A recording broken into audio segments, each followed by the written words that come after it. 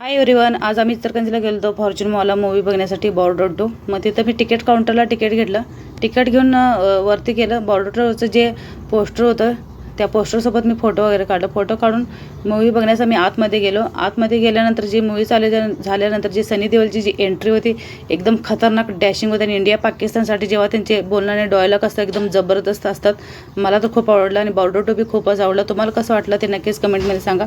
आणि हे बघा, फॉर्च्यून मॉलमध्ये किती क्लिअरिटी स्वच्छता असते. मला तर खूप आवडतं फॉर्च्यून मॉल. आणि तिथं खाणं पिणं वेगळीची व्हरायटी जी मिळतं ते पण मला खूप आवडतं. आम्ही तर आईस्क्रीम खाल्लो. आईस्क्रीम खाऊन थोड्या वेळ मजा मस्ती केली. मग मूवी संपल्यानंतर मी फॅमिलीसोबत थोड्या वेळ गप्पा मारल्या. मग थोडा वेळ मी फोटोशूट वगैरे केलं.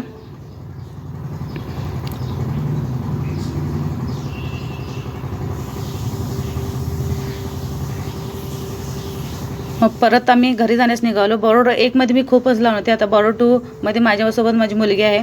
तुम्हाला बॉर्डर 2 कसं वाटलं ते नक्कीच कमेंटमध्ये सांगा. अशाच व्हिडिओसाठी फॉलो नक्कीच करा.